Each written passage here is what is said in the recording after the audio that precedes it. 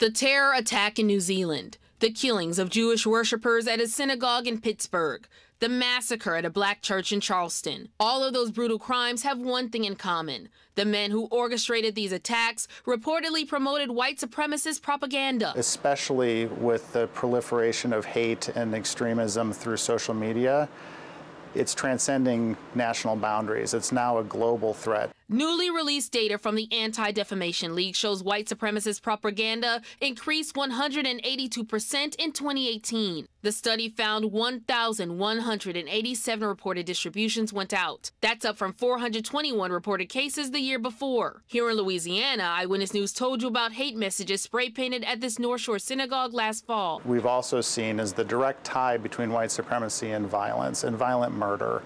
And we looked at the data from 2018 and saw that more than 3 out of 4 of all extremist murders that were committed in the United States were committed by white supremacists, 78%. There are those fighting back.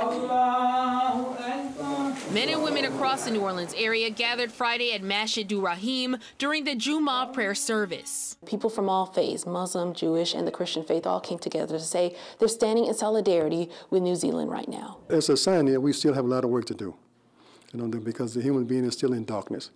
And as a result, by him not really understanding that we're one human family, that when you do something to harm one individual, as though you do it to the whole society. Reverend Melanie Morell Ensminger with Greater New Orleans Unitarian Universalist says white supremacy needs to be addressed now more than ever before. White supremacy is our common enemy.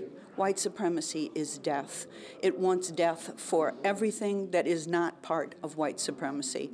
The shooting in Christchurch, where I once served as guest Unitarian minister, is just an example of this uprising of white supremacy globally, and that's being enabled and entranced in by our current leadership. As a denomination, we stand against white supremacy. In New Orleans, I'm Carice Jackman, Eyewitness News.